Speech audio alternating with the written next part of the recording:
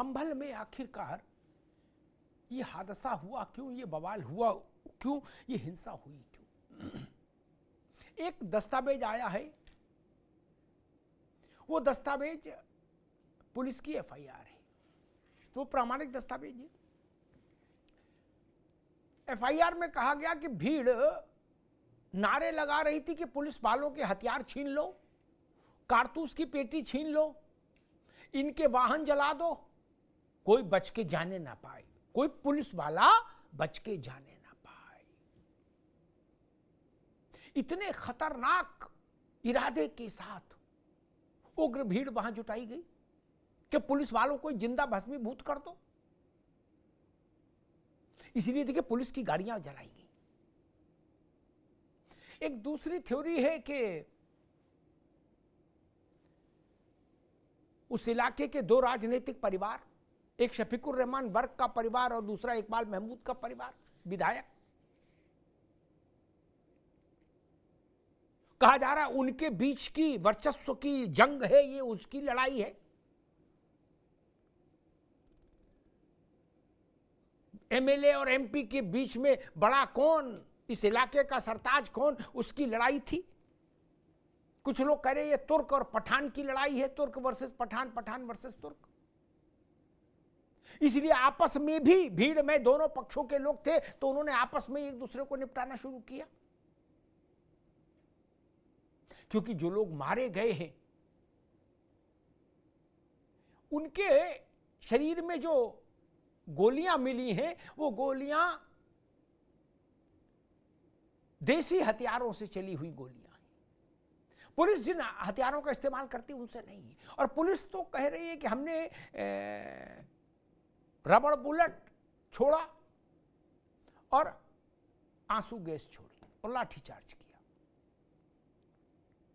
यह भी एक पहेली है कि क्या भीड़ में ही ऐसे लोग थे जो भीड़ में आपस में एक दूसरे को मारना चाहते थे? और अगर ये सच है तो ये बड़ा खतरनाक संकेत है कि एक ही कॉज के लिए दो लोग आए कि चलो बवाल करें, दो गुट, और एक गुट ने दूसरे गुट को निपटा दिया, दूसरे ने पहले को निपटा दिया। ये भी स्थिति बताई जा रही है। अब संभल पर सियासत भी चरम पर है, चरम पर। दंगा ठंडा हो रहा है, सियासत उबल रही है। आज समाजवादी पार्टी का प्रतिनिधिमंडल जाना था वहां।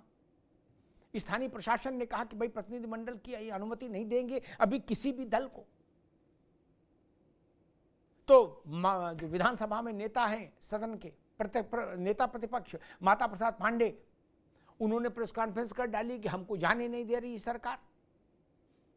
चंद्रशेखर भी निकल लिए थे संभल जाने के लिए, उनको भी रोका पुलिस ने। अखिलेश यादव ने कहा, सवाल उठाया कि हमारे प्रतिनिधिमंडल को क्यों रोका गया, और यह वादा किया कि हम भी आएंगे संभल, वहां का दुख दर्द जानेंगे। संभल विपक्षी राजनीतिक दलों के लिए तीर्थ हो गया है मानो। सबको जाना है, सबको वहां हाजिरी लगानी है संभल, ये स्थिति है। बहराइच में जब एक हिंदू नौजवान मारा गया था उपद्रवियों की गोली से, जिसको घेर कर मार दिया गया था, उसके घर समाजवादी पार्टी का प्रतिनिधिमंडल नहीं गया था, कांग्रेस का प्रतिनिधिमंडल नहीं गया था, राहुल जी नहीं गए थे, चंद्रशेखर नहीं गए थे, लेकिन संभल तीर्थ हो गया है, वहां सब जा रहे हैं। कांग्रेस के सूत्रों ने कहा आज इमरान प्रतापगढ़ी, इमरान मसूद और पीएल पूनिया के सांसद बेटे तनुज पूनिया, इन लोगों ने राहुल गांधी से मुलाकात की और उनको समझाया कि हुजूर आपको भी जाना चाहिए, नहीं तो अकेले सपा झंडा फहराएगी वहां। कांग्रेस को भी अपना झोला बस में रख देना चाहिए कि हम भी हैं।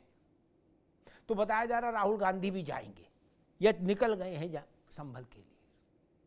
तो अब संभल राजनीतिक पर्यटन का स्थल बना रहेगा। हमारे यहां सेलेक्टिव राजनीति का ही खेल है, पिक एंड चूज का खेल है। इसलिए उन सब लोगों के लिए, सब नेताओं के लिए, सब दलों के लिए संभल राजनीतिक तीर्थ हो गया, जिनकी रुचि विशेषतः मुस्लिम परस्त राजनीति में रहती है, प्रो मुस्लिम पॉलिटिक्स में रहती है। देखिएगा, सब जाएंगे, रोके जाएंगे तो भी जाएंगे, कम से कम सनद तो रहे कि हमको रोका गया, हम जाने वाले थे। इस बात की होड़ मची हुई है। लेकिन समाजवादी पार्टी के सांसद और उनके विधायक के बेटे, सांसद खुद और विधायक के बेटे दोनों नेम्ड हुए हैं एफआईआर में।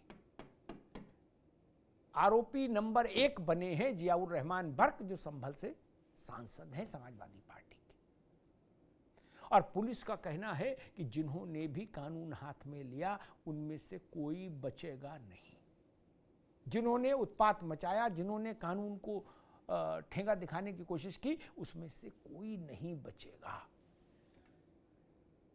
और इसी बीच में 29 तारीख बहुत महत्वपूर्ण है, क्योंकि 29 तारीख को संभल की जिला अदालत में संभल की शाही जामा मस्जिद का जो सर्वे हुआ है 2 चरणों का, उसकी रिपोर्ट रखी जाएगी। इसलिए मैं कह रहा हूं 29 तारीख बहुत महत्वपूर्ण है, संभल के लिए, प्रदेश के लिए, देश के लिए, सियासत के लिए, कचहरी के लिए। हमारे साथियों ने इस पर एक रिपोर्ट तैयार की, पर उस रिपोर्ट को देखिए, फिर मेहमानों से परिचय कराएं और फिर बहस में चलते हैं।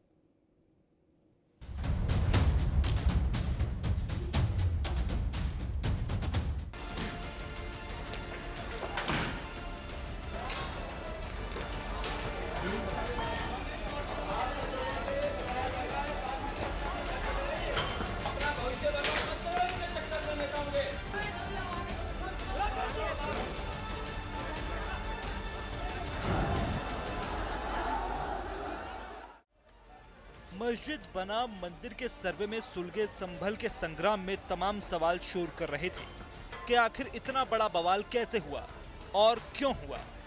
वहीं इस केस में पुलिस की तरफ से दर्ज हुई एफआईआर में कई खुलासे हुए हैं और बड़ा खुलासा ये कि ये भड़काऊ ब्रिगेड की बड़ी साजिश थी।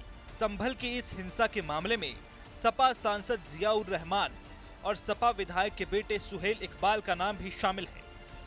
जियाउर रहमान बर्क को आरोपी नंबर 1 और सपा विधायक के बेटे सुहेल इकबाल को आरोपी नंबर 2 बनाया गया है। नहीं, देखिए, अभी स्थिति एकदम शांत है संभल में और सामान्य की तरफ बढ़ रही है। 7 एफआईआर इस मामले में किए गए हैं और अभी तक जो था 15 लोग नामजद और करीब 1000 अज्ञात लोगों के खिलाफ एफआईआर हुई है। जो लोग इस तरीके की हरकतें कर रहे हैं वो सारे लोग हमारे स्कैनर पे हैं। सभी लोगों की पड़ताल पहचान की जा रही है। सोशल मीडिया में बाहर से बैठे लोग भी जो काम कर रहे हैं उसको भी हम पड़ताल कर रहे हैं। इसको जरूर बेवजह लोगों को भड़काकर इस मामले में उलझाने की कोशिश हो रही है। दरअसल एफआईआर के मुताबिक शुक्रवार को नखासा चौराहे पर जुटी 150 से 200 लोगों की भीड़ ने सीसीटीवी कैमरों को तोड़ा। भीड़ में शामिल कुछ अज्ञात लोगों ने पुलिस कर्मियों पर जान लेने की नीयत से हमला किया और फिर उनकी गाड़ी में आग लगा दी। भीड़ ने पुलिस के सरकारी हथियार छीनने की कोशिश की। इसी दौरान एक पुलिस वाले की पिस्टल की मैगजीन छीनकर फरार हो गए। ईंट, पत्थर और लाठी डंडों से किए गए हमले में कई पुलिसकर्मी घायल हो गए। इतना ही नहीं, संभल हिंसा में दर्ज एफआईआर के मुताबिक भीड़ में से आवाज भी आई कि इन पुलिस वालों से सारे हथियार कारतूस छीन लो, इनको आग लगाकर मार दो, कोई भी बचकर ना जाने पाए, हम अपनी मस्जिद में सर्वे नहीं होने देंगे।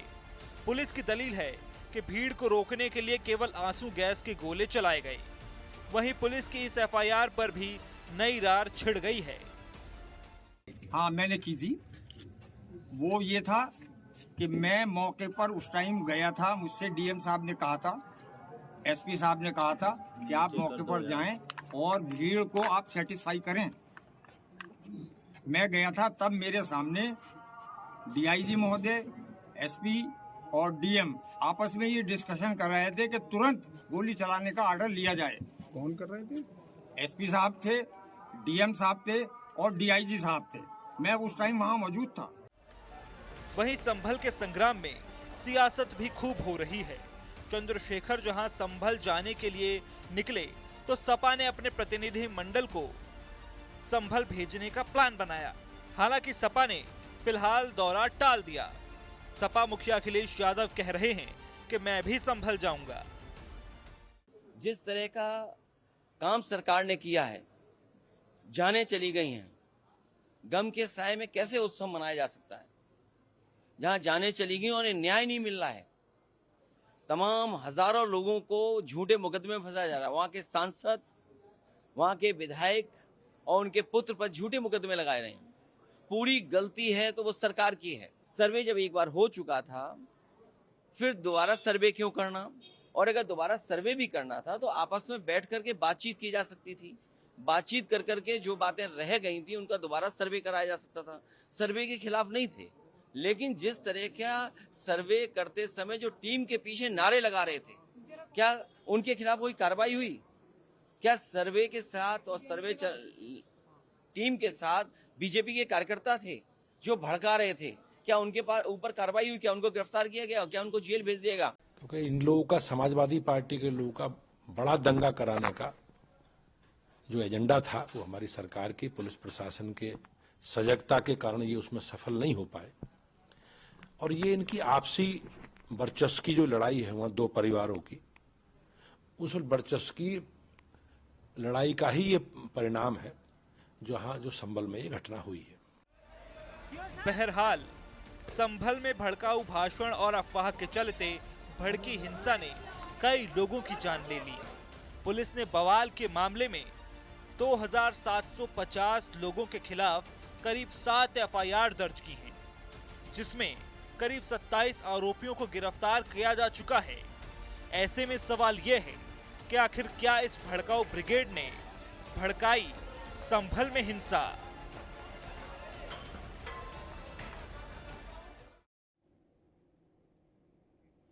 पुलिस वाला कोई बच के जाने ना पाए, इनको जिंदा जला दो, हथियार छीन लो।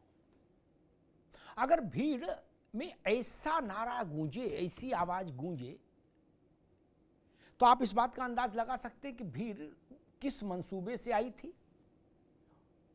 वो भीड़ को क्या सिखा पढ़ा के भेजा गया था और उसको कितना हिंसक बनाकर भेजा गया था कि सरकारी मशीनरी को जिंदा जलाने तक की हिमाकत करने को वो लोग तैयार थे।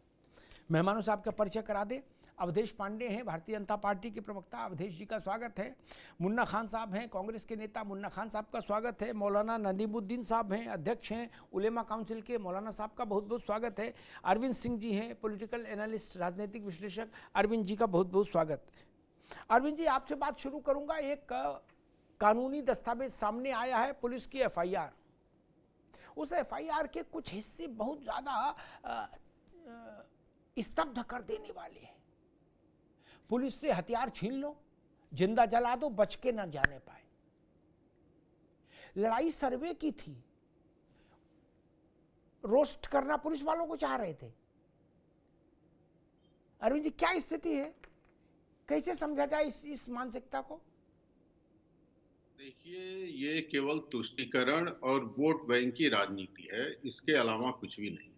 वहां पे जो इमारत है वो एएसआई के अंतर्गत आती है। जैसे ताजमहल है या मध्य प्रदेश में हिंदू धर्मस्थल भोजशाला है, और जैसे ताजमहल में ASI archaeological survey of India व्यवस्था अपने हाथ में ली हुई है, वैसे ही भोजशाला की भी ली हुई है और उसके अधीन वहां नमाज और इबादत की व्यवस्था की जाती है। अब यहाँ सरकारों की कायरता है या एक डर है। वहां पे मस्जिद इंतजामिया कमेटी का कोई लेन देन नहीं है और उस इमारत पर उसका कोई अधिकार होना नहीं चाहिए, क्योंकि वो बिल्डिंग, वो इमारत है एएसआई की। एएसआई के नियंत्रण में होना चाहिए, उसके देख रेख में होना चाहिए। और वहां पे यदि कोर्ट ने सर्वे का आदेश दिया है तो आपको उससे कोई असहमति है तो जिस कोर्ट ने आदेश दिया है उस कोर्ट के ऊपर वाले कोर्ट में आप जा सकते हैं और स्थानीय कोर्ट के आदेश के खिलाफ अपनी बात वहां रख सकते हैं। आदेश लेने की ऊपर के कोर्ट से आप कोशिश कर सकते हैं। लेकिन जो कोर्ट के आदेश पर वहां जो सर्वे टीम जा रही है और उनके संरक्षण में पुलिस जा रही है, ये तो प्रत्यक्षम किम प्रमाणम, जो सामने है उसके लिए प्रमाण की जरूरत नहीं है। सैकड़ों की संख्या में, हजारों की संख्या में भीड़ इकट्ठी हो रही है। आप पत्थर देख रहे हैं, किस तरह से पत्थर चलाए जा रहे हैं। और ये जो रेडिकल तत्व हैं, आपको बताऊं अमिताभ जी, ये वही ट्रेंड है जो कश्मीर में पत्थर चलाने का दिखता है, ये वही ट्रेंड है जो कहीं दंगा होता है तो दिखता है, वही चीजें वहां दिखी। हजारों की संख्या में ईंट पत्थर टुकड़े फेंके गए, आवाजें रिकॉर्ड हुई है। ये तो कोई नहीं कह सकता है कि जिन लोगों ने पत्थर चलाया, पुलिस पे हमला किया, वो सज्जन लोग थे, उनका काम क्या था, इस तरह के कृत्य करने क्यों गए थे। और सबसे दुर्भाग्यपूर्ण बात यह है, जो नेता है चाहे किसी भी पार्टी के हों, चाहे समाजवादी पार्टी के हों या कांग्रेस के हों, जो वहां के लोगों के हितों की बात कर रहे हैं, उनको समझाना चाहिए कि भाई इस देश में कानून लागू है, इस देश में संविधान है, कोर्ट के आदेश पे सर्वे हो रहा है। ठीक है अरविंद भाई, तो मैं बाकी मेहमानों को बहस में ले आऊं, फिर आता हूं। जा रहा है, ये दुर्भाग्य। ठीक बात। मौलाना साहब, संभल में जो हुआ या जो कराया गया, कैसे देखेंगे उसको? भाई ये बात तो सब बड़ी बुनियादी है कि अदालत के किसी हुक्म से ना इत्तेफाकी है तो बड़ी अदालत जाओ, नहीं 5-7-10 ट्रक पत्थर मंगा के और गोट में देसी तमंचा फंसा के रोड पर तो नहीं उतरा जाएगा। नहीं,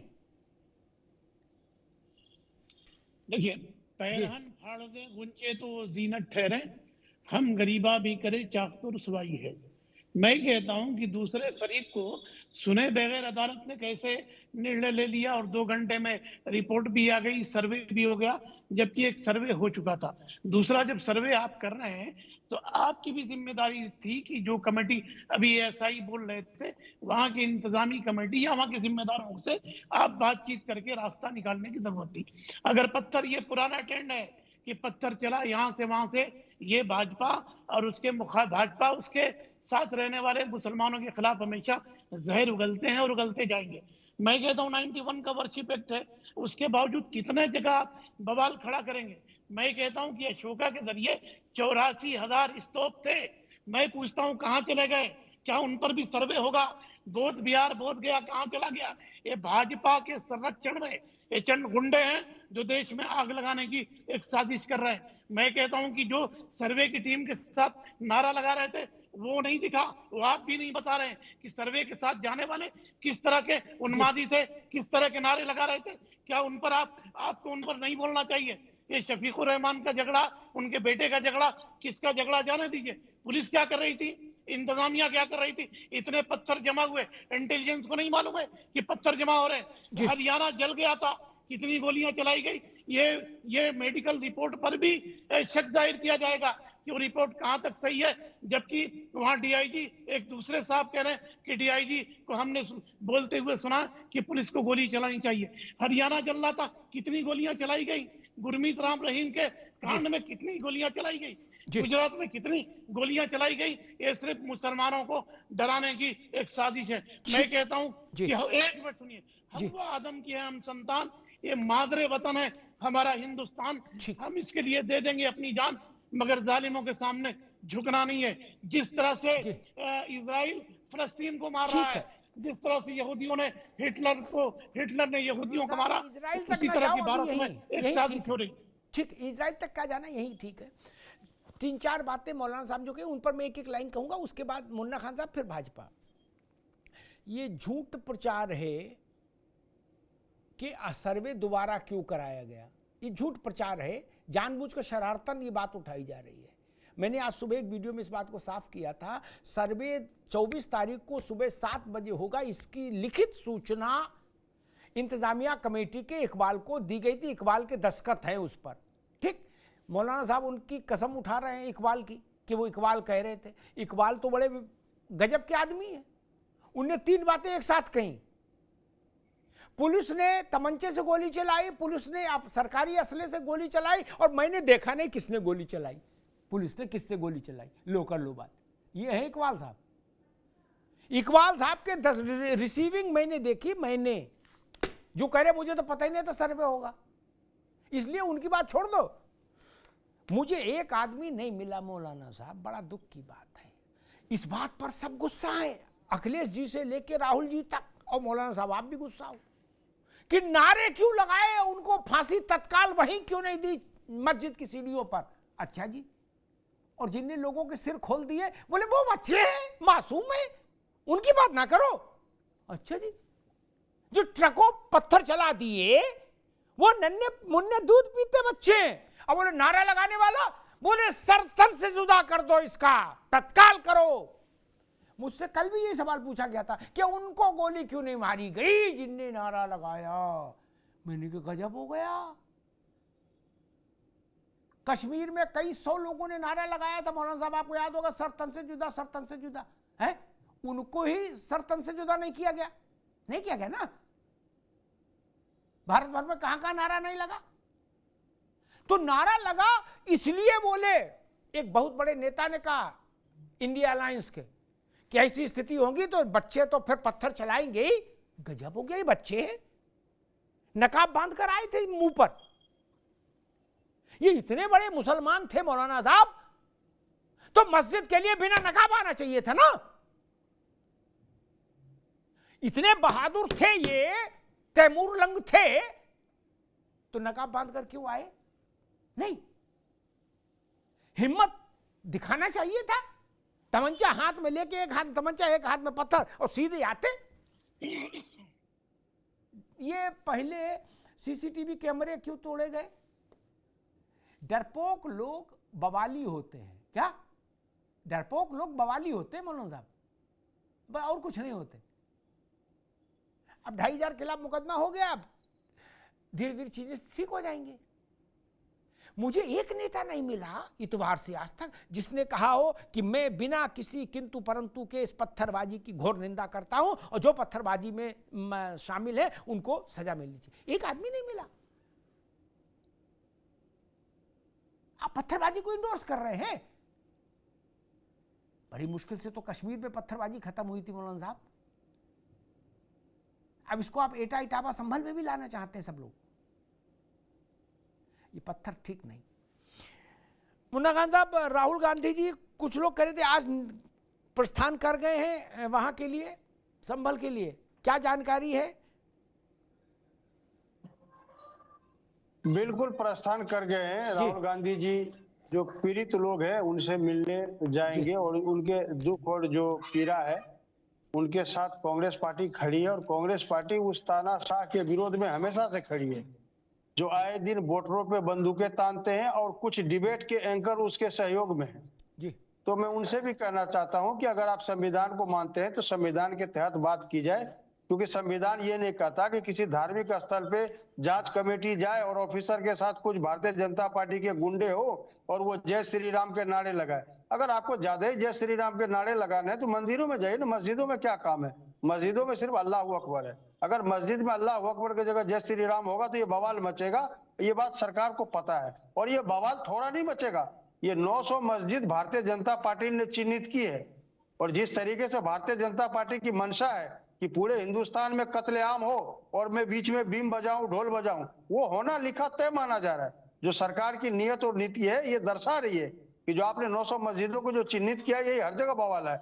मैं ये कहना चाह रहा हूँ कि सर्वे टीम गई थी, स्वागत है। अगर उसका कोई विरोध कर रहा है वो गलत है। आपने कहा कि किसी ने नहीं कहा पत्थरबाजी गलत है। मैं कह रहा हूं आपको कि पत्थरबाजी गलत है, लेकिन आप भी कहिए कि मस्जिद में घुस के जय श्री राम कहना गलत है हिम्मत कहिए। आप नहीं बोलेंगे क्योंकि पता है भारतीय जनता पार्टी का सपोर्ट करना है। उनके विरोध में हमें कुछ बोलना ही नहीं है। सवाल यह है देश के अंदर किसी भी जात, किसी भी धर्म, किसी भी समुदाय, अगर मुसलमान किसी मंदिर में अभद्र भाषा का इस्तेमाल करता है तो मैं बिल्कुल विपरीत घोर खिलाफ हूं उसके। अगर कोई हमारे हिंदू भाई अगर मस्जिद में आकर के किसी तरह की हरकतें करता, आप शब्द कहते हैं, वो भी घोर खिलाफ है।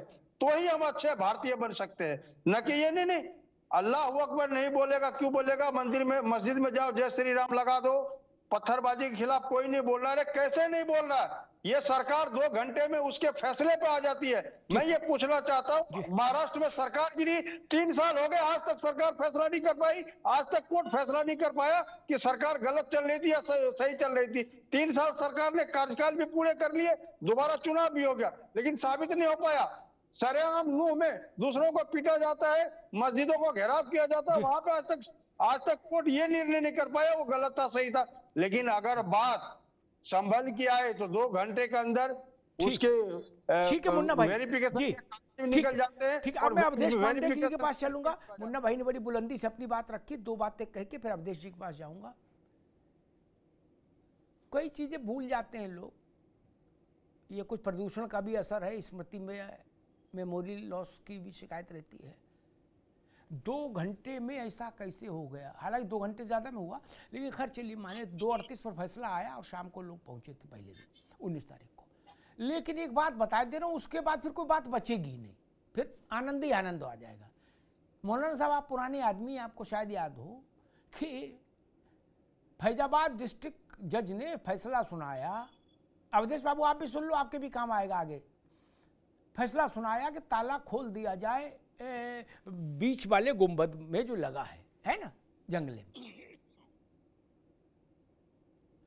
राजीव गांधी प्रधानमंत्री थे, मुन्ना खान साहब के पार्टी के सबसे बड़े चेहरे, गांधी परिवार के चश्मे चिराग, वो प्रधानमंत्री थे मौलाना साहब। ये 2.5 घंटे में सर्वे कैसे हो गया, इस पर चिंता कर रहे हैं। खरे अरे ये तो जुल्म हो गया, 2.5 घंटे में कोर्ट का आदेश कैसे मनवा दिया। 45 मिनट, कितना मौलाना साहब? घड़ी देख के 45 मिनट में ताला खुल गया, ताला टूट गया, कपाट खुल गए, राग भोग आरती हो गई। दूरदर्शन की ओबी पहले फैसला आने से पहले वहां खड़ी करा ली गई थी कि जैसे ही इधर सेटिंग होगी उधर लाइव कर देना। मौलाना साहब अब 2 घंटे 2.5 घंटे में सवाल उठाएंगे आप? मुन्ना खान, अब आप 2 घंटे में सवाल उठा रहे 2.5 घंटे पर? वो समय याद नहीं, वो सत्यनारायण कथा करा रहे थे राजीव गांधी। और झूठ बात ठीक नहीं। मुन्ना खान साहब ने कहा कि मस्जिद के भीतर जय श्री राम, नहीं, मस्जिद के भीतर कोई जय श्री राम करने नहीं गया। गली में जय श्री राम हुआ तो जय श्री राम का जवाब अल्लाह अकबर हो सकता है, लेकिन जय श्री राम का जवाब 7 ट्रक पत्थर होगा। ये झूठ प्रचार नहीं करिए कि मस्जिद के अंदर गुंडागर्दी हुई। अव्वल तो जय श्री राम गुंडागर्दी नहीं है।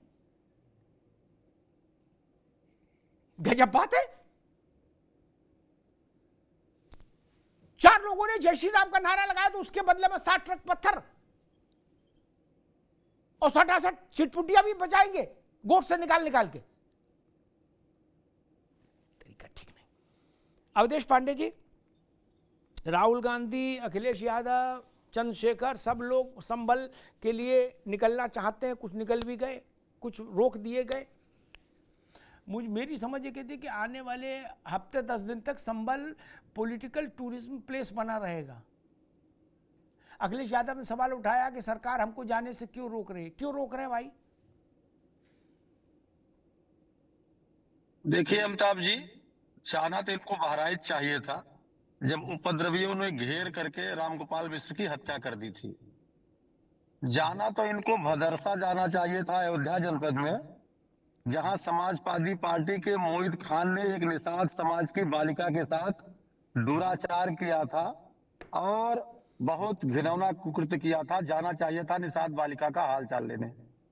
वास्तव में ये लोग संभल के बहाने पूरे प्रदेश और पूरे देश का वातावरण खराब करना चाहते हैं, सांप्रदायिक सौहार्द बिगाड़ना चाहते हैं।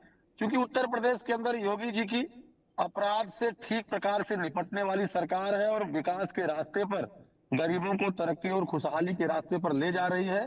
और जब सब प्रकार के अस्त्र विपक्षियों के एक प्रकार से कुंद हो गए, अब ये चाहते हैं कि एक दंगा करा करके पूरे प्रदेश में पॉलिटिकल एडवांटेज लिया जाए। लेकिन ये भूल जाते हैं कि उत्तर प्रदेश में एक बहादुर सरकार, योगी सरकार चल रही है कि जिनके पुलिस के हाथों में चूड़ियां नहीं है, पुलिस के हाथों में पिस्तौल है और जो माफिया को जहन्नुम में भेज देने वाली सरकार। पहली बार सर्वे हुआ जी, एक मुन्ना जी सुन लीजिए, सर्वे हुआ पहले दिन, सारे लोग उपस्थित थे, कहीं कोई विवाद नहीं हुआ। उसी बीच उपचुनाव का परिणाम आता है, सपा उत्तर प्रदेश से साफ हो जाती है, चारों तरफ से गुंडे बुलाए जाते हैं, मस्जिदों में मदरसों में इकट्ठे किए जाते हैं, मस्जिदों से ऐलान होते हैं, उनके हाथ में पत्थर दिए जाते हैं, बंदूकें दी जाती हैं और कहा जाता है पुलिस पर आक्रमण कर दीजिए, पुलिस पर हमला कर दीजिए और इन लोगों को नेस्तनाबूद कर दीजिए। ये जो इनके यहाँ मदरसों में गलत लोगों के हाथों में किताब दे करके ये जो जिहाद सिखाया जा रहा है उसका ये नतीजा है। और दो चीजें और बहुत भ्रामक रूप से हैं जिनका प्रचार हो रहा है कि पहले दिन तो सर्वे पूरा हो गया। अरे मौलाना साहब, सर्वे प्रारंभ हुआ था और सर्वे 29 तारीख को कंप्लीट करना था, कोर्ट में जमा करना था। और ये दीवानी न्यायालय का सामान्य सा मामला है। कोई जाता है कचहरी के अंदर तो एडवोकेट कमीशन गठित हो जाता है, सर्वे होने लगता है और वहां की जो वस्तुस्थिति है वो कोर्ट में पेश की जाती है। लेकिन ये कह देना कि सर्वे तो समाप्त हो गया था, दूसरे दिन सर्वे करने गए, ये बात गलत है। दूसरा ये कहते हैं कि वर्कशीट 1991 का, तो जरा पढ़ लीजिए दोनों मौलाना साहब। उसमें लिखा है कि जो एएसआई के अधीन जो बिल्डिंग है उस पर 1991 का जो एक्ट है वो लागू नहीं होता, क्योंकि वो एएसआई के अधीन हरिहर मंदिर वर्सेस जामा मस्जिद का जो विवाद चल रहा है वो एएसआई के अधीन है, जिसका बोर्ड निकाल करके इंतजामिया कमेटी ने फेंक दिया था। अब एक मैं दूसरी बात करना चाहता हूं।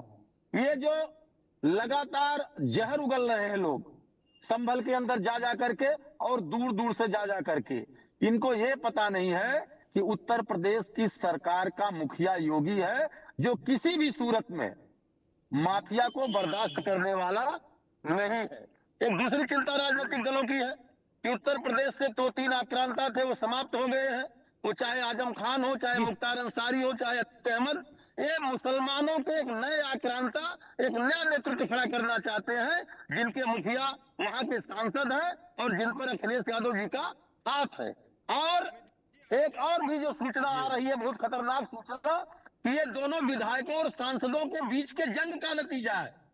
जो ये विवाद हुआ है, जो खूनी संघर्ष हुआ है, ये दोनों लोगों के जंग का भी नतीजा है। तो लोग दूर से कैसे वहां पर मुन्ना, एक मिनट, मुन्ना खान साहब कुछ कहना चाह रहे थे। मुन्ना जी बताइए क्या कहना चाह रहे थे, जल्दी। देखिए, इन्होंने कहा कि योगी आदित्यनाथ की सरकार है, बहुत सशक्त सरकार है। मैं इनसे पूछना चाहता हूं, किन मामलों में सशक्त सरकार है? हिंदू मुस्लिम के दंगे करवाने में? जो सरकारें ये कहती थी कि हमारे राज्य में ऑल इज वेल, दूसरे राज्यों में जब जाते हैं तो कहते नहीं, देखिए किस तरीके से सुख शांति उत्तर प्रदेश है। क्या इस तरीके के भेदभाव है? क्या उत्तर प्रदेश के मुख्यमंत्री ने सर्वे टीम को बोला था कि आप मस्जिद में जाइए और जय श्री राम के नारे लगाइए? आप ये बताइए, क्या सर्वे टीम को ये डर नहीं था कि किसी धार्मिक स्थल पे इस तरीके के नारे नहीं लगते? संविधान ये नहीं कहता। और संविधान दिवस हम सब लोगों ने मनाया है। आपको न्यायपालिका पर भरोसा नहीं है, आपको संविधान पर भरोसा नहीं है, आपको लोकतंत्र पर भरोसा नहीं है। उत्तर प्रदेश में गरीब कल्याणकारी योजनाओं के माध्यम से मुसलमानों का जो बेहतरी और तरक्की हो रही है, ये आप जैसे मौलाना को पसंद नहीं है। आज गांव के शुद्ध आयुष्मान कार्ड मिल रहा है, आवास मिल रहा है, और इसी का नतीजा मुसलमानों ने भारतीय जनता पार्टी को जिताया है। अरे मित्र, हमारे सुन ले, सरकार के चाल और चरित्र को मैं दर्शा रहा हूँ। धीरज रखिए। आप लोग जमीन पे भी दंगा करते, टीवी पे भी आके दंगा करने का काम करते। अरे सुन तो लिए, धैर्य तो रखिए। मैं ये कहना चाहता हूं कि सरकार चाहती है कि उत्तर प्रदेश के अंदर जो मुस्लिम कम्युनिटी के लोग हैं, क्योंकि अच्छे खासे तादाद में है, और वहां पे जो हिंदू भाई लोग हैं वो भी इनसे डबल अच्छे खासे तादाद में, ये सरकार चाहती है कि दोनों में आपस में दंगे हो, ताकि कल होकर के कोई हमसे सवाल न पूछे।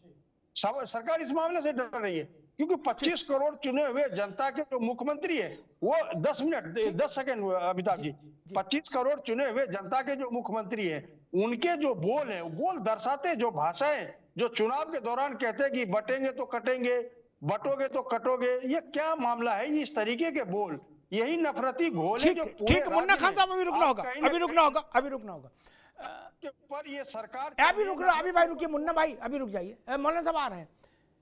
कुछ चीजें हम लोग को याद रखनी चाहिए। इसने ये कहा, उसने वो कहा, उसको तुम्हें तो मान सकते, झूठ से हो सकता है, लेकिन आंकड़े झूठ नहीं बोलते मौलाना साहब। नहीं, आप तो विद्वान व्यक्ति हो। कुंदरकी का परिणाम आया। कुंदरकी एक विधानसभा सीट है मुरादाबाद मंडल में ही, जिस मंडल में संभल है उसी मंडल में कुंदरकी है। ठीक, कुंदरकी में जितने वोट भाजपा के उम्मीदवार को मिले हैं ठाकुर रामवीर सिंह को, उतने हिंदू नहीं रहते कुंदरकी में। क्या 1.5 लाख वोट से जीते हैं। समाजवादी पार्टी के रिजवान, हाजी रिजवान की जमानत जब्त हो गई। क्या तब तो इन आरोपों के को लगाने से पहले 4 बार सोचना चाहिए कि नहीं नहीं मुसलमानों पर अत्याचार हो रहा है, मुसलमानों को दबाया जा रहा है, आदि आदि आदि आदि। नहीं मनोहर साहब, अभी 24 को रिजल्ट, 23 को रिजल्ट आया है और 24 को उसी मुरादाबाद मंडल बवाल को करवा दिया गया, क्योंकि कुदरती ने आंखें खोल दी, बोले गजब हो गया, 1 लाख हिंदू 1.5 लाख वोट से भाजपा जीत रही है। रामवीर, पसीना आ गया लोगों को, बोले हे प्रभु ऐसा, लाहौल भी लाखूबत, बोले भाई कुछ करना पड़ेगा। ये बर्क वहीं से तो कुदरती से तो विधायक थे। मौलाना साहब, इस कनेक्शन को भी समझो आप। ये जो जिया है शफीकुर रहमान का पोता, ये जो संभल से सांसद हुआ, ये कुदरती से ही एमएलए था, इसी के इस्तीफा देने से बाद चुनाव हुआ। मौलाना साहब, वहां तो तुर्क और पठान दोनों ने भाजपा को वोट दिया। देखिए, आपकी बात बड़ी पते की है, फिर तो योगी का 80-20 का नारा गलत था। अरे भाई, हम कह रहे आप योगी को छोड़ो, आप मुझे बता दो, आप कह रहे हो मुसलमानों पर भाजपा जुल्म ज्यादती कर रही है। अरे सुनिए, नहीं सुनिए, योगी जब से सीएम बने हैं, एक वर्ग विशेष को सीधा करने का उन्होंने ठेका ले लिया। अभी हमारे प्रवक्ता मित्र बड़ी अच्छी बात करे, गुंडे मवाली को खत्म करे। अजय टोनी के घर पे बिल्डोजर कहाँ चला? ब्रजभूषण ने टीवी पर कहा कि मैंने एक को मार दिया। कहा कोंडा के राजा प्रताप पे कितने कितने केस हैं, और भाजपा के संरक्षण में कितने पले हुए हैं। उन गुंडों को आपने ठीक किया, ये कहिए कि हमको मुसलमानों को ठीक करना है। देखिए, जो जहां पर भाजपा के कैंडिडेट जीता है, कुदरती सामने रखो, बाकी तो किससे कहानी है। सुनिए, कुंदरकी में मैं कहता हूं कि मोदी जी को टोपी से एतराज था। कुंदरकी में अरब का लिबास पहन करके, टोपी लगा करके और मुसलमानों के बीच में गए। एक कौन सा भाजपा का चाल चरित्र है, ये चेहरा है। एक तरफ भाजपा मुसलमान तुष्टीकरण की बात करती है और दूसरी तरफ तुष्टीकरण वही करती है। भाजपा को खुश होना चाहिए कि कम से कम हमारी तरफ मुसलमान लौट रहे हैं, तो क्या यही हरकत करेंगे जो जाकर मौलाना साहब? ठीक है, समाज में ठीक है, रुकना होगा जी। मौलाना साहब, अभी रुकना, मैं अरविंद जी के पास चलूं, लेकिन समाजवादी पार्टी को कुंदरकी पर एक दिन नहीं, कम से कम 15 दिन चिंतन करना चाहिए। कुंदरकी एक विधानसभा सीट का परिणाम नहीं है। कुंदरकी उत्तर प्रदेश और भारत की राजनीति का एक पड़ाव है, पड़ाव। मौलाना साहब, मेरी बात लिख लीजिएगा। कौन हारा? जियाउर रहमान बर्क की सीट, तुर्क, उनके बाबा कितने बड़े बवाली, सभा की जमानत जब्त हो गई वहां। 1.5 लाख वोट से भाजपा जीती विधानसभा। गजब बात है। फिर राहुल गांधी को भी विचार करना चाहिए, अखिलेश जी को भी विचार करना चाहिए। कुंदरकी में 65% मुसलमान है मौलाना साहब।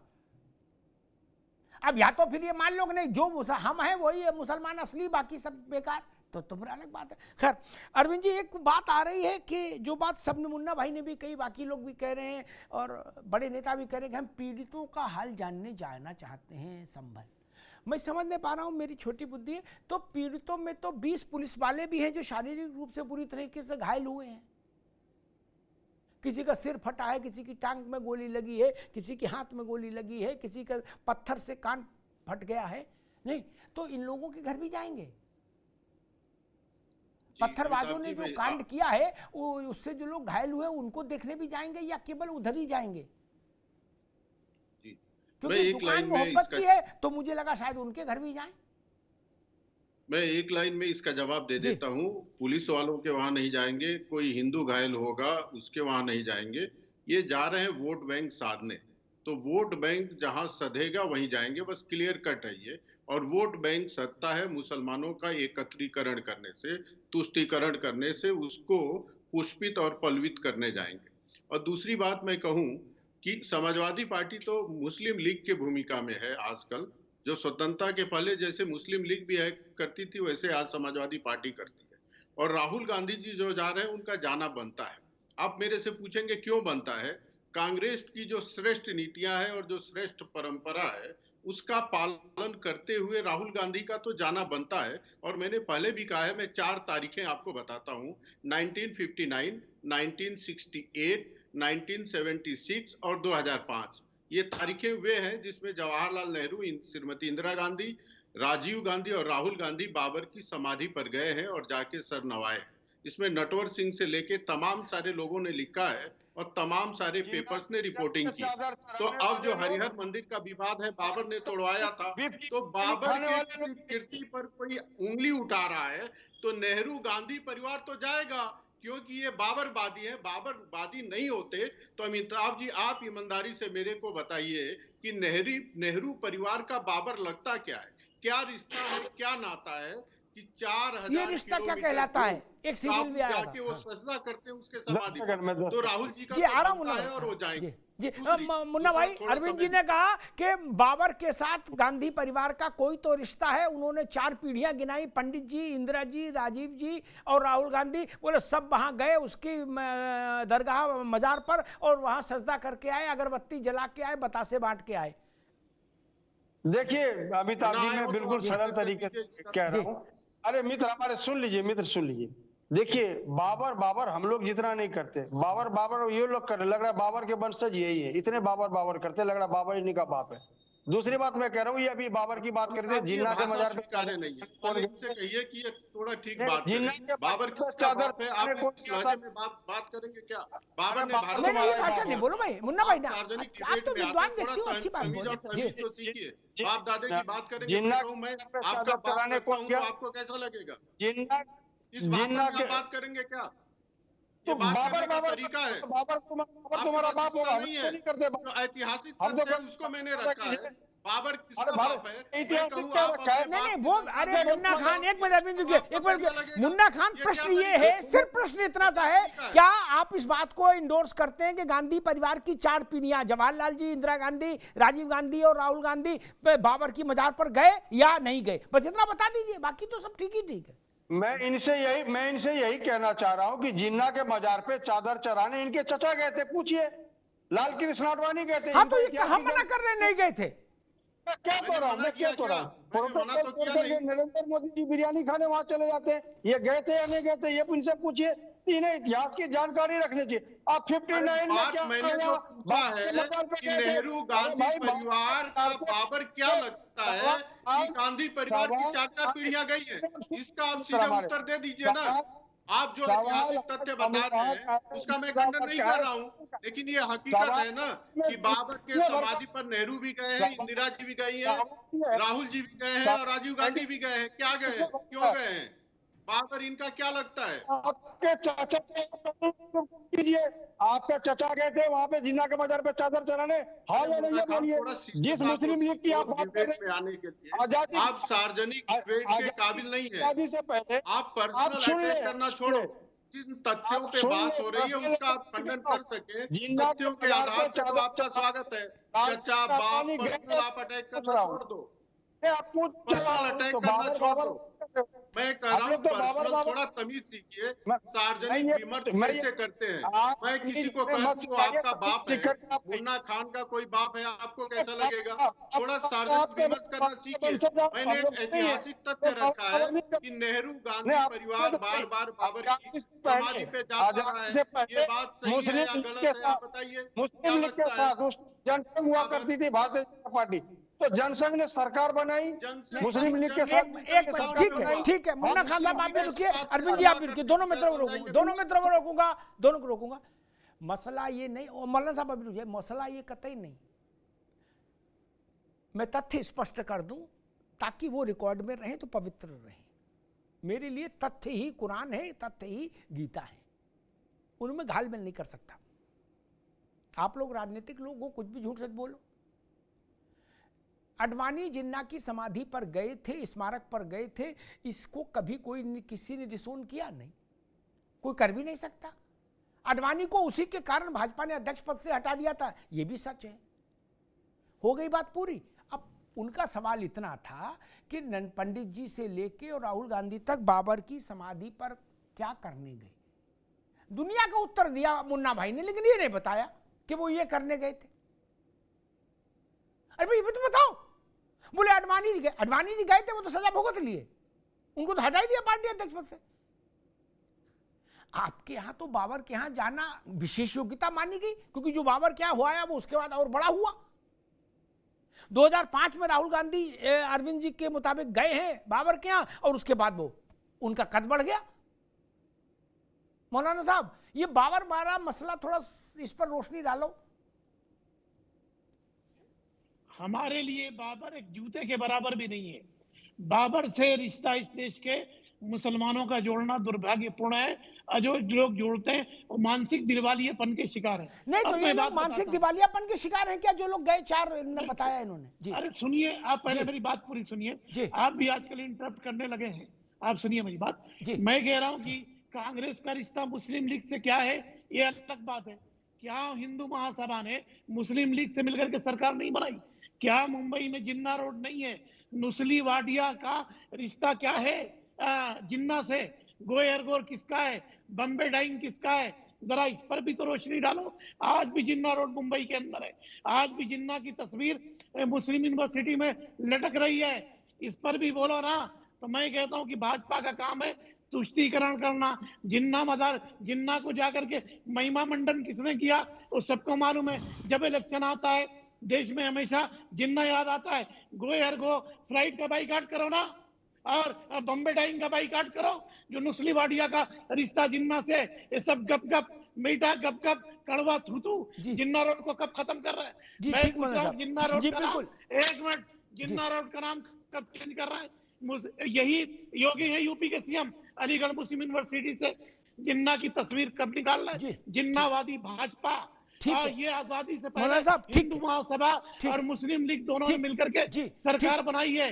हिंदू महासभा ने देश को विभाजन किया है मुस्लिम लीग के साथ मिलकर के। आज जाकर के टीवी पर आंकड़े दे रहे। जी ठीक है मौलाना साहब। मौलाना साहब ने सारी बातें बताई हिंदू महासभा और मुस्लिम लीग तक की, लेकिन ये नहीं बताया कि ये लोग वो बाबर की समाधि पर क्यों गए। ये बड़े लोग हैं भारत के, उस पर नहीं बोले। खैर लेकिन ये मांग अच्छी है। मैं भारतीय जनता पार्टी की, राज्य की सरकार, अरविंद जी आएंगे अभी, और केंद्र की मोदी जी की सरकार, दोनों से आग्रह करूंगा कि चूंकि मौलाना नदीमुद्दीन साहब जैसी बड़ी हस्ती ने ये अब इस बात को इंडोर्स कर दिया है, तो जिन्ना की नाम पर गली से लेके और तुगलक रोड, फिरोज और अकबर रोड और ये मुगले आजम जितना है हिंदुस्तान में, सबको एक ही बार में क्लियर करो। मौलाना साहब ने कह दिया कि भाई इसको हटाओ। और अलीगढ़ मुस्लिम यूनिवर्सिटी का भी मामला क्लियर करो। वहां पैसा सरकार का जा रहा है और दलित और पिछड़े को रिजर्वेशन नहीं मिल रहा है। ये नहीं चलेगा। पैसा मेरे टैक्स का जा रहा है और मेरे दलित और पिछड़े भाई को रिजर्वेशन नहीं मिल रहा। कहां है पीडीए? कहां है जाति जनगणना की लड़ाई? कहां है कांग्रेस जो करी हम तो पिछड़े और दलितों की लड़ाई के लिए कुर्बान हो जाएंगे? अलीगढ़ में कुर्बान हो, पहले जामिया में हो। वहां दलित और पिछड़े को रिजर्वेशन क्यों नहीं? क्या राहुल गांधी उसके लिए लड़ेंगे? आज उन्होंने संविधान बचाओ सम्मेलन किया, उसमें कहा कि मैं दलित और पिछड़ों के लिए कुछ भी कर सकता हूं। कुछ भी ना करो, हिमालय नहीं चढ़ना, पहले जामिया और अलीगढ़ के लिए एक ट्वीट कर दो कि इनमें दलित और पिछड़ों को रिजर्वेशन दिया जाए। नहीं, बात में वजन आ जाएगा मौलाना साहब, और सारा खेल वजन का है। मांग कर दे, अच्छा हो जाएगा। वो चीज लॉजिकल है। अवधेश पांडे जी, विपक्ष कह रहा है कि ये काम संभल का भारतीय जनता पार्टी ने करा दिया, और वो कह रहे हैं कि मस्जिद, जिस गली में मस्जिद है उस गली में इतना बड़ा कुफ्र कैसे हो गया कि जय श्री राम बोल दिया 4-6 लड़कों ने, वहां नारा लगा दिया।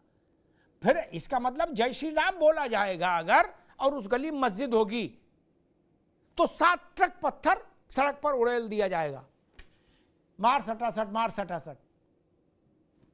अध्यक्ष जी देखिए अमिताभ जी मैं कहना चाहता हूं मौलाना साहब से और मुन्ना खान साहब से भी, इनको अकबरनामा पढ़ना चाहिए और आईने अकबरी पढ़ना चाहिए। जिस स्थान को लेकर के विवाद है, जो पृथ्वीराज चौहान के समय में हरिहर मंदिर के नाम से स्थापित था, और मीर बाकी जब पूरे देश में मंदिरों को तोड़ करके मस्जिद बना रहा था, और उसी क्रम में उसने संभल में भी उस मस्जिद का निर्माण किया। श्री राम जन्मभूमि पर 500 साल हिंदुओं ने लड़ाई लड़के शहादत दे करके न्यायपूर्ण ढंग से श्री राम जन्मभूमि को प्राप्त किया है और ठीक उसी प्रकार से शांतिपूर्वक ढंग से न्यायपूर्ण ढंग से हम उसको भी हिंदू के जो मंदिर थे उसको भी प्राप्त करेंगे। लेकिन अगर कोई भी दंगाई आतंकवादी वो पुलिस पर गोली चलाएगा, पुलिस पर पत्थर फेंकेगा, तो उनकी नस्लें 7 पुश्त तक अपराध से हाय तौबा करेंगी, क्योंकि उत्तर प्रदेश में योगी जी की सरकार है। मुन्ना खान और ऐसे अनेक मौलानाओं को आपत्ति केवल इस बात से है कि योगी और मोदी जी के शासन में मुस्लिमों की तरक्की हो रही है। तो किसी भी मस्जिद में जय श्री राम बोल के देख लेना एक बार। वो संभल के बुज़दिल लोग थे जो छोड़ दिए। और सबका साथ सबका विकास करना चाहिए था। वो कुडुरकी जैसे स्थानों पर नाम का नाम करने लगे हैं। इसलिए नहीं, पुलिस पार्टी के गुंडे थे। दुकान की भाई मुन्ना खान और अवधेश पांडे जी को दिखाइए 2 विंडो में। अपनी दुकान मस्जिद में जाके जय श्री राम के नारे लगाओगे? जिनको याकूब मेमन के मरने पर रोना आता है, जो अफजल गुरु के समर्थक है, जो लगातार आतंकवादियों को बिरयानी खिलाने का काम करते हैं, मस्जिद में जय श्री राम के नारे लगाओगे? उतने घर से अफजल मारे जाएंगे मुन्ना खान साहब। जिस घर से अफजल निकलेगा उस घर से अफजल मारा जाएगा। ये उत्तर प्रदेश की संविधान बुज़दिल लोग थे संभल के जो तुम्हें छोड़ दिए। और अपराधियों को भेजने वाली सरकार है। ये किसी के अपराधी के दुर्दांत अपराधी के नमाजे जनाजा में फांसियां पड़ने वाली सरकार नहीं है। ने दूध पिलाया तो बगैर पुलिस के आओ और मस्जिद में जय श्री राम के नारे लगाओ। 2 पे आओगे, 4 कंधे पे जाओगे। अगर माँ को तुम्हें दूध पिलाया ना तो बगैर पुलिस के बगैर सुरक्षा के आओ। तुम उनकी नस्लें अपराध से हाय तौबा करेगी मुन्ना खान साहब। ये कमजोर सरकार नहीं है, ये मजबूत सरकार है और ये सरकार माफिया को मिट्टी में मिला दे रही है। इसकी मस्जिदों में जय श्री राम के नारे लगेंगे। ये संविधान कहता है, ये संविधान से चलता है। मछली खिलाएगी। अब वो सरकार नहीं है कि माफिया के सामने तुम हिलाएगी। अब वो सरकार है जो अपराधियों को जहन्नुम में भेजेगी और उनका ठीक प्रकार से वही हाल करेगी कि उनके पुश्ते अपराध से हाय तौबा करेंगे। नाम के नारे लगाओ ना। हिजड़ों का औलाद तुम लोग। अगर मर्द के बच्चे हो बगैर पुलिस के आओ और जय श्री राम के नारे लगाओ। इसी कारण से हो रहे हैं। ये जिस गठबंधन में आप रहते हैं उस गठबंधन का फार्मूला था one district one district one mafia. इसको उत्तर प्रदेश की योगी सरकार ने साफ कर दिया है।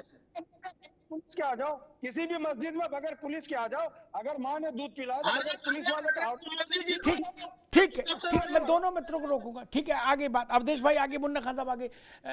मौलाना साहब, बात यहाँ तक आ गई कि अगर माँ ने दूध पिलाया है तो बगैर पुलिस के मस्जिद में आ जाओ।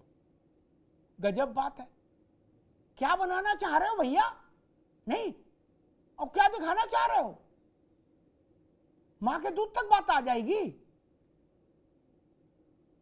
गजब बात है। वो एक मिनट मौलाना साहब मैं बात कर दूं फिर जवाब दी। जिस गली में मस्जिद है उस गली में जय श्री राम कहना गुनाह है क्या? उसके एवज में फिर दंगा होगा। जय श्री राम कोई बोल दे, गलती बोल दिया हम करें, आप नहीं, आपको पसंद, ठीक है, नहीं बोलना चाहिए, ठीक, तो उसके एवज में फिर इतना बड़ा दंगा हम करेंगे, ये बताना चाह रहे हैं क्या? अगर ये है तो बहुत महंगा सौदा है फिर मौलाना साहब, नहीं देश के लिए। जी देखिए, इस तरह की बात किसी को भी नहीं कहनी चाहिए। हमें संयम बरतने की जरूरत है। एक बात अभी ये बता रहे थे अफजल गुरु आतंकवादियों को ठोकेंगे। किनको आतंकवादी बोलना है? किनको? जिन्होंने जंग आजादी में रोल किया। माधवराव सिंधिया के घराना ने अंग्रेजों का साथ दिया। ठोको, जाकर के ठोको। और मसूद अजहर को कंधार कौन लेकर के गया था? ठोको। और मैं कहता हूं कि महबूबा मुफ्ती से गलबैया कौन कर रहा था? उसको ठोको। अरे तुम्हारी जो नीति नीयत दोनों खोट है। याद रखो, हम सीने पर गोली खा करके इस देश का हमने दिफा किया है। जान दे देंगे अपने देश का। सैकड़ों दंगा हुए, मुसलमानों को मारा गया, मर्द उसके बाद भी वीर अब्दुल हमीद बन करके खड़े हो गए, अशफाकुल्ला खां बन करके खड़े हो गए और हमने इस देश के लिए कल भी कुर्बानी दिया, आज भी देंगे, कल भी देंगे। तुम्हारे बोलने से नहीं होगा।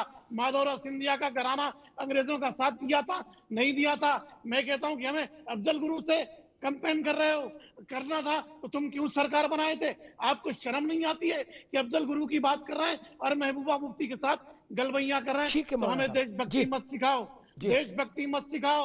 हम देश के लिए पैदा हुए, यही जन्म है। नहीं कहते कि हम तुम्हारे बुलाए नहीं आए और तुम्हारे भगाए जाने वाले नहीं, यही मरेंगे, यही कब्र में दफन होंगे। ये देश मेरा है, इस देश के लिए कल भी बलिदान दिए, आज भी देंगे, कल भी देंगे। मगर मैं कहता हूं कि जो कोई पत्थर चलाए या कोई जय श्री राम बोले, दोनों भड़काने वालों पर कार्रवाई करने की जरूरत है। ठीक मौलाना साहब, ये बात अच्छी है, लेकिन हमको ये भी अरविंद जी लास्ट कमेंट आप इसलिए, लेकिन ये भी बात उतनी ही खरी है। अगर मैं ये कहूँ कि जिसने नारा लगाया उस पर भी कार्रवाई करो, जिसने पत्थर चलाया, किसी की जान ली, उस पर भी कार्रवाई करो, तो ये बात थोड़ी सी असंतुलित है। अपराध की ग्रेविटी देखी जाती है। क्या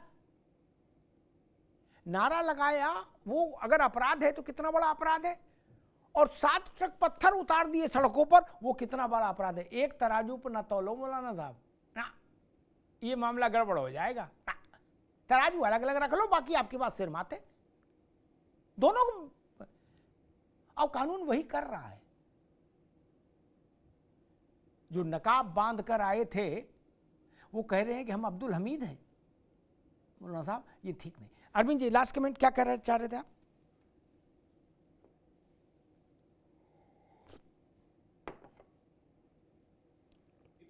और दूसरा अमर शहीद अशफाकुल्ला, 2 नाम इन्होंने लिया, और इन दोनों की जितना भी प्रशंसा किया जाए कम है।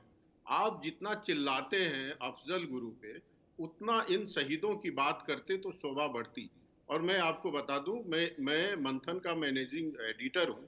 मैंने अशफाकुल्ला का भारतीय स्वतंत्रता संग्राम में क्या योगदान रहा है उस पर एक स्पेशल मैंने एडिशन निकाला, और मैंने अमिताभ जी को भी दिया है, और आप कहेंगे तो आपको भी भिजवा दूं।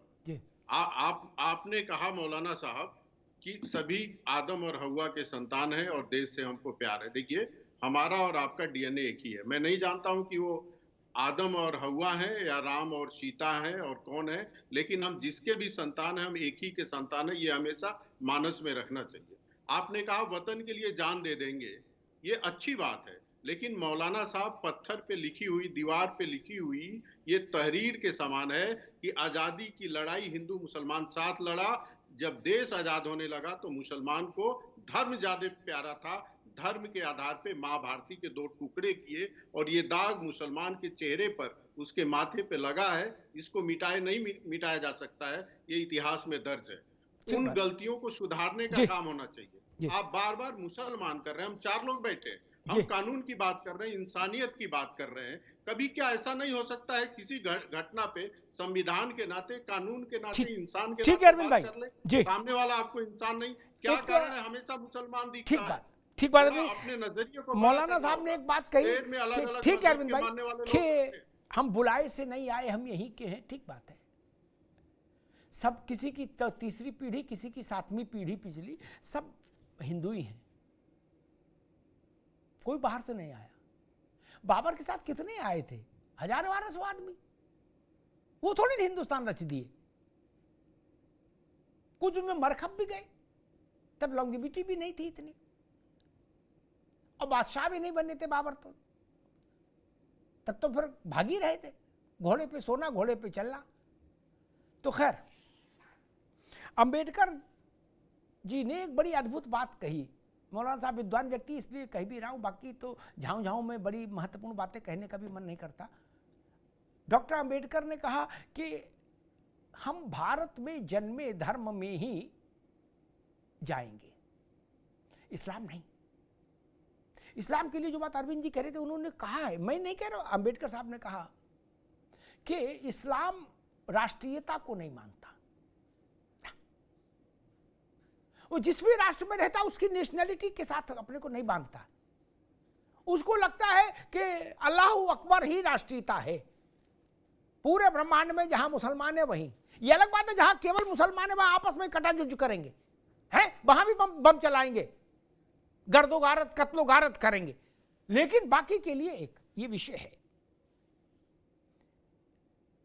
मुन्ना खान साहब की पार्टी का गठबंधन के बड़े नेता हैं आजम साहब, मौलाना साहब, आप तो जानते हैं आजम खान साहब को, हैं? उन्होंने एक बार एक मंच पर, शायद अखिलेश जी भी थे उस मंच पर या नहीं थे मुझे नहीं याद नहीं, लेकिन गाजियाबाद में ही एक मंच में उन्होंने एक बार कहा था कि ये जो अंबेडकर है ना, इसकी उंगली जो ऐसी है ना, ये खाली प्लाट के लिए उंगली है कि खाली प्लाट हमारा है। क्या बोले? भूमाफिया था। बाबा साहब अंबेडकर के लिए इतने उच्च विचार इंडिया गठबंधन के बड़े नेता दे चुके हैं। एक बात आई कि हम अशफाक उल्लाह खां, बीर अब्दुल हमीद के वंशज हैं। जो उनके वंशज हैं उनके प्रति आकाश भर सम्मान, जो उनके रास्ते पर है। मौलाना साहब, मेरे लिए वंशज का मतलब रास्ते पर होना होता है, क्या डीएनए नहीं। लेकिन जो नकाब बांधकर पुलिस को आग में जलाने आए, मैं उनको बीर अब्दुल हमीद की छाती से नहीं जोड़ सकता, नहीं जोड़ सकता, नहीं जोड़ सकता। मेरे ऊपर आप चाहे जो आरोप लगाइए, नहीं। बीर अब्दुल हमीद को भी आप लोग कलंकित करोगे क्या? ये जो उत्पात संभल की गली में हुआ, ये बीर अब्दुल हमीद से जुड़ा है क्या? ये अशफाक उल्लाह खां का काम है क्या? इनको सबक मिलना ही चाहिए।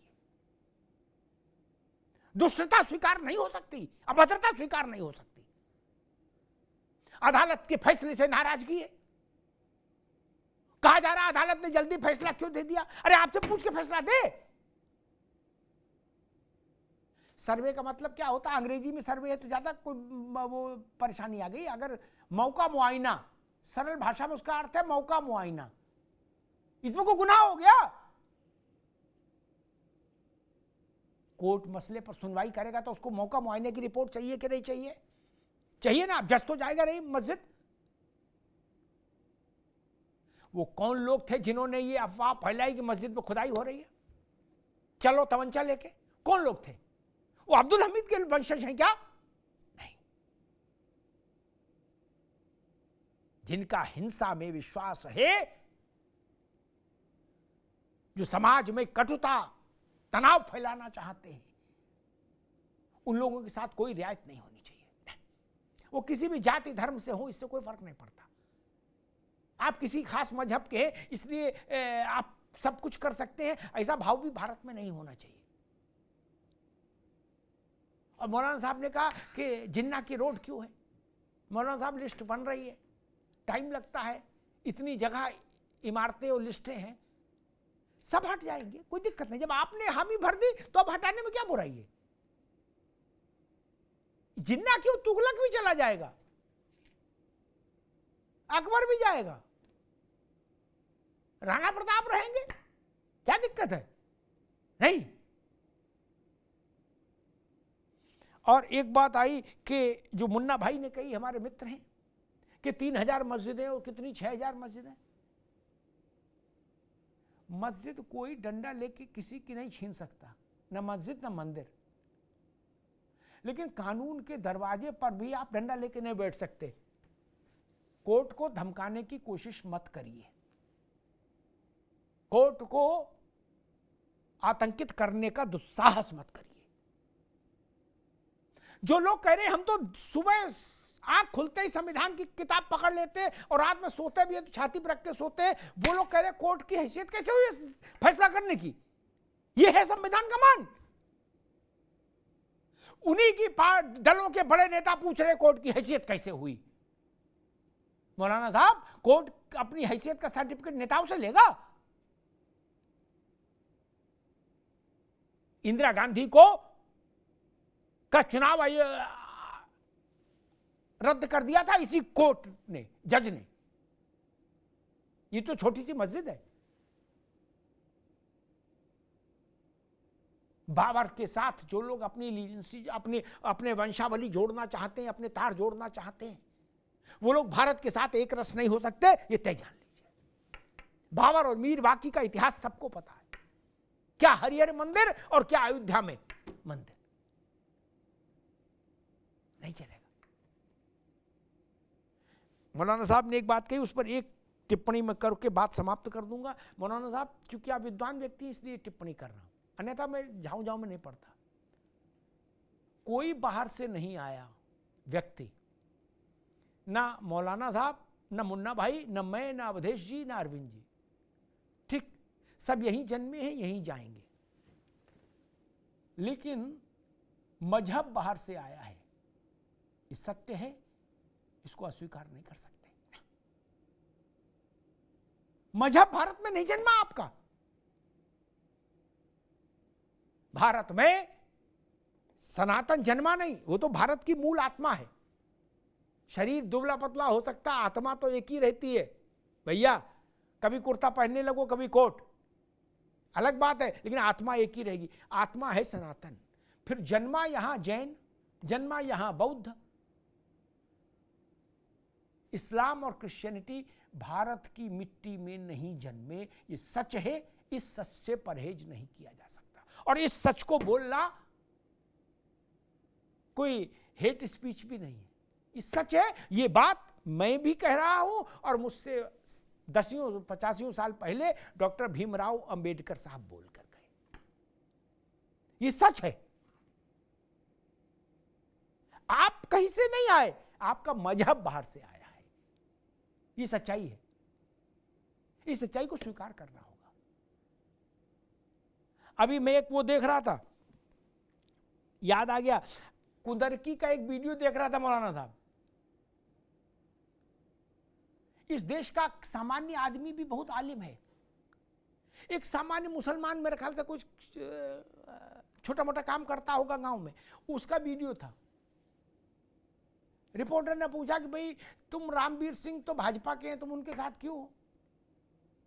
अब देखिए उसने क्या लॉजिक दिया, आनंद आ गया सुन के कि ऐसा भी है देश में। उसने कहा भाई मैं पठान हूं, तो बोले रामवीर तो ठाकुर है, तो बोले ठाकुर ही तो पठान बने थे। उस मुसलमान ने कहा कि इसलिए हमारा उनका रिश्ता एक ही है। मौलाना साहब, छोटी बात नहीं है। उसने कहा जो ब्राह्मण थे वो शेख हो गए, सैयद हो गए, और ठाकुर हो गए पठान। बोले लड़ाई कहां है? जो बात हमको कुदरकी में शरीफा बेचने वाला एक सामान्य मुसलमान सिखा सकता है, हम पढ़े लिखे लोग उस बात को नहीं मान सकते। कितनी अद्भुत बात कही उसने। कोई बाहर से नहीं आया, यही तो मूल बात समझनी है। कोई बाहर से नहीं आया, मजहब बाहर से आया है। ये जिस दिन भारत में समझ आ जाएगा, उस दिन भारत में शांति और स्थिरता की गारंटी हो जाएगी। धन्यवाद।